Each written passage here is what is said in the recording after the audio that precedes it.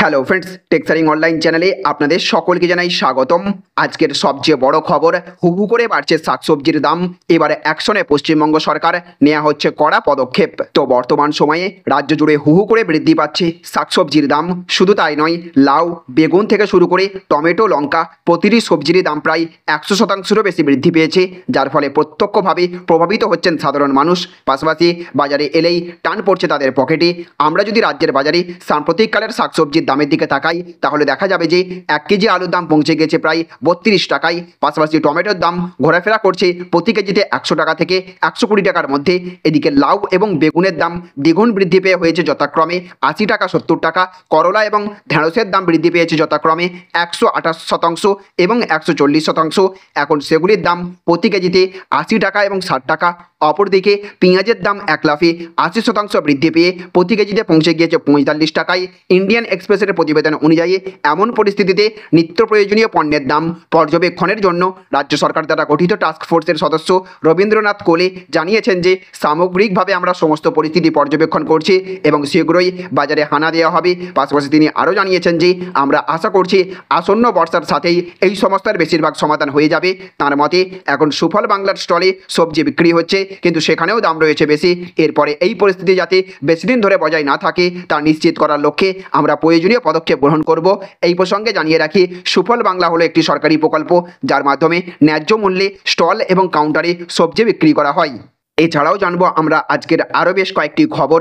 আর তার আগে আপনাদের কাছে করবো একটা ছোট্ট রিকোয়েস্ট, আপনি যদি আমাদের চ্যানেলে নতুন হয়ে থাকেন তাহলে আমাদের চ্যানেলে সাবস্ক্রাইব করার সঙ্গে সঙ্গে পাশের বেল আইকনটিকে বাজিয়ে রাখবেন।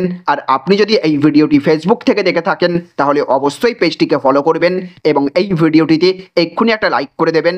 জনস্বার্থে ভিডিওটিকে প্রচুর পরিমাণে শেয়ার করবেন। তো দেখুন আজকের আরও একটি বড় খবর, ফুটপাতের হকারদের জন্য বড় কোনো সিদ্ধান্ত। বৃহস্পতিবার নবান্নে বড় সিদ্ধান্তের পথে মুখ্যমন্ত্রী। তো মুখ্যমন্ত্রী মমতা বন্দ্যোপাধ্যায়ের আলটিমেটাম, আর তারপরেই শহর জুড়ে চলল বুলডুজার। চিড়িয়াখানার সামনে থেকে ট্রায়াঙ্গুলার পার্ক, যদুবাবুর বাজার, সর্বত্র বুলডুজার দিয়ে গুঁড়িয়ে দেওয়া হয় ঝুপড়ির দোকান। কান্নায় ভেঙে পড়ছেন হকাররা। তাদের রুজিরুটির সওয়াল, তাদের চলবে কিভাবে? এরপরই হকার উচ্ছেদ নিয়ে মুখ্যমন্ত্রী সব জেলার জেলাশাসক, পৌরসভা সচিব এবং পুলিশ সুপারদের নিয়ে বৈঠক করবেন। ইতিমধ্যে বিষয়টি নবান্নের তরফে জেলাশাসকদের জানানো হয়েছে। গত সোমবার পৌরসভার কাজ নিয়ে মারাত্মকভাবে ক্ষুব্ধ হন মুখ্যমন্ত্রী মমতা বন্দ্যোপাধ্যায়। নবান্নের সভাঘরে বসেই একের পর এক বিস্ফোরক কথা বলতে থাকেন। তিনি বলেছেন, আমার কথা কিছুটা তিক্ত লাগবে, কিন্তু আমি বেশ কিছুদিন ধরেই দেখছি গোটা বিষয়টা। কোথাও কোনো এনক্রোচমেন্ট হলে সঙ্গে সঙ্গে কেন অ্যাকশন নিচ্ছি না? কেউ টাকা খেয়ে কাজ করছে।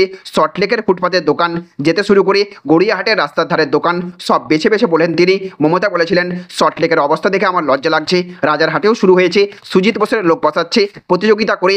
এর জন্য কত টাকা দিতে হচ্ছে? একটা করে ত্রিপল লাগাচ্ছে, বসে পড়ছে হোয়াই।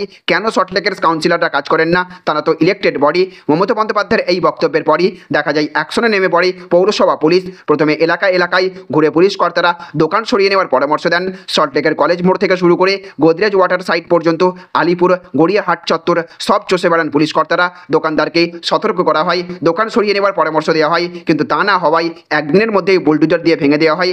একাধিক ক্ষেত্রে দেখা যায় পুলিশ কর্তাদের পায়ে পড়েই কান্নায় ভেঙে পড়ছেন ব্যবসায়ীরা। তাদের অধিকাংশেরই বক্তব্য, দীর্ঘদিন ধরে তারা এখানে ব্যবসা করে আসছেন। সল্টলেকের খাবারের দোকান প্রতিদিন প্রচুর মানুষ খাবার খান, গড়িয়াহাটেও তাই। সেক্ষেত্রে এক লহমাই তাদের রুজিরুটি বন্ধ হয়ে গেল।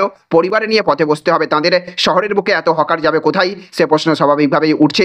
নবান্নের বৈঠকে মুখ্যমন্ত্রী পরামর্শ দিয়েছিলেন যেন একটা জায়গায় ফুড পার্ক তৈরি করে দেওয়া হয়। বৃহস্পতিবারের বৈঠকে হকারদের নিয়ে বড় কোনো সিদ্ধান্ত নেওয়া হয় কিনা সেটাই এখন দেখার।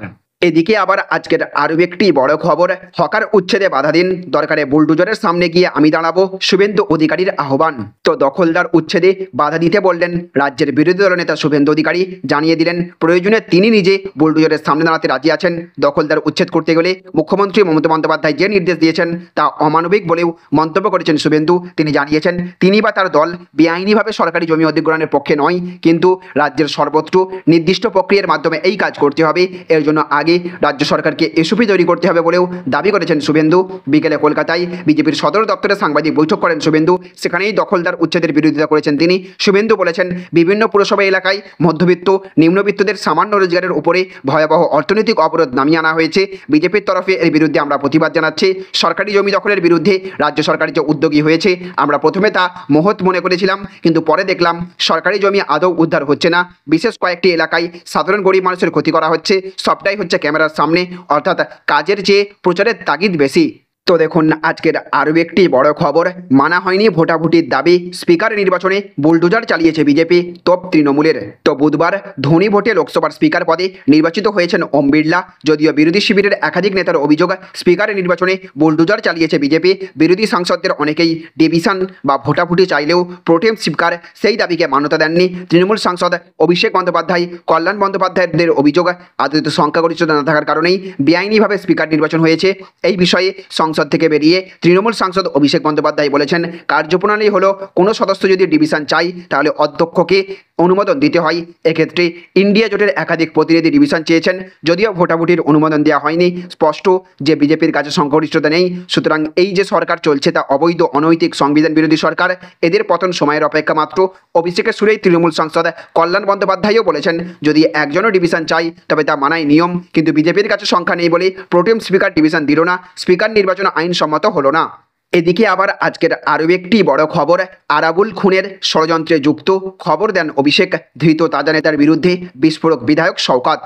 তো অপরাধের মামলায় দীর্ঘদিন জেলবন্দি ভাঙড়ের প্রাক্তন বিধায়ক আরাবুল ইসলাম, তার বিরুদ্ধে এবার সরাসরি দুর্নীতির অভিযোগ করলেন ক্যানিং পূর্বের বিধায়ক তথা ভাঙড়ে তৃণমূলের পর্যবেক্ষক শওকত মোল্লা। প্রকাশ্য সভা থেকে শওকতের এটাও দাবি, আরাবুলের কাজকর্মে ক্ষুব্ধ ছিলেন তৃণমূলের সর্বভারতীয় সাধারণ সম্পাদক অভিষেক বন্দ্যোপাধ্যায়ও। তৃণমূল বিধায়কের অভিযোগ, পঞ্চায়েত ভোটে টিকিট দেওয়ার নাম করে লক্ষ লক্ষ টাকা তুলেছেন আরাবুল। নিজের ছেলেকে জেলা পরিষদের টিকিট পাইয়ে দিতে তার কাছে দরবার করেছেন।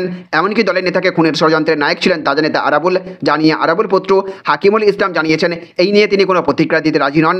ভাঙড় কলেজ মাঠে তৃণমূলের সভা ছিল, সেখান থেকে আরাবুলের নাম নিয়েই একাধিক দুর্নীতির অভিযোগ করেছেন শওকত। তৃণমূল বিধায়ক শওকতকে পঞ্চায়েত ভোটের আগে ভাঙড়ের দায়িত্ব দেয় তৃণমূল। গাছফুল শিবিরের অন্দরের খবর, তখন থেকে আরাবুল এবং শওকতের ঠান্ডা যুদ্ধ চলছিল। তবে এভাবে প্রকাশ্যে একজন অন্যজনের বিরুদ্ধে কথা বলছেন সেটা এই প্রথম। তৃণমূল বিধায়ক শওকতের দাবি, দিন দুয়েক আগে তিনি একটি চিঠি পান, তাতে 1,30,00,000 টাকার একটি হিসেব পেয়েছেন, যেখানে দেখা যাচ্ছে পঞ্চায়েত ভোটের টিকিট দেওয়ার নাম করে কারো কাছ থেকে 6 লক্ষ, তো কারো কাছ থেকে 15 লক্ষ টাকা পর্যন্ত তোলা হয়েছে। পঞ্চায়েত প্রদান করার জন্য 25 থেকে 40 লক্ষ টাকা পর্যন্ত নেওয়া হয়েছে। আর এই সবের মূলে ছিলেন আরাবুল।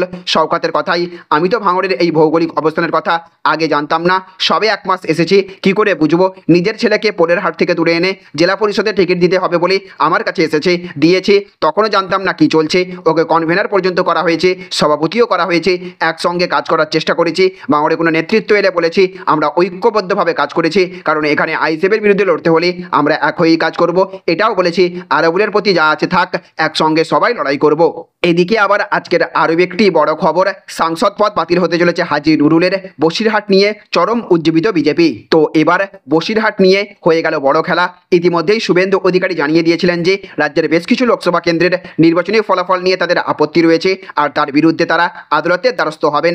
আর সেই মতোই আজ বসিরহাট লোকসভা কেন্দ্রের জয়ী তৃণমূল হাজী নুরুলের বিরুদ্ধে আদালতে পিটিশন দাখিল করলেন বিজেপির পরাজিত প্রার্থী রেখা পাত্র, যার ফলে বিজেপি অত্যন্ত আশাবাদী হয়ে নিশ্চিত করেই বলছে যে আদালতের রায়ের ফলে মনোনয়ন বাতিল হবে হাজী নুরুলের। আজ হাজী নুরুলের বিরুদ্ধে বিস্ফোরক অভিযোগ করে আদালতে পিটিশন দাখিল করেছেন বিজেপির পরাজিত প্রার্থী রেখা পাত্র। তার অভিযোগ, হাজী নুরুল নির্বাচনী নিয়মকে লঙ্ঘন করেছেন। এক্ষেত্রে নো ডিউ সার্টিফিকেট না থাকা সত্ত্বেও তিনি নির্বাচনে লড়াই করেছেন।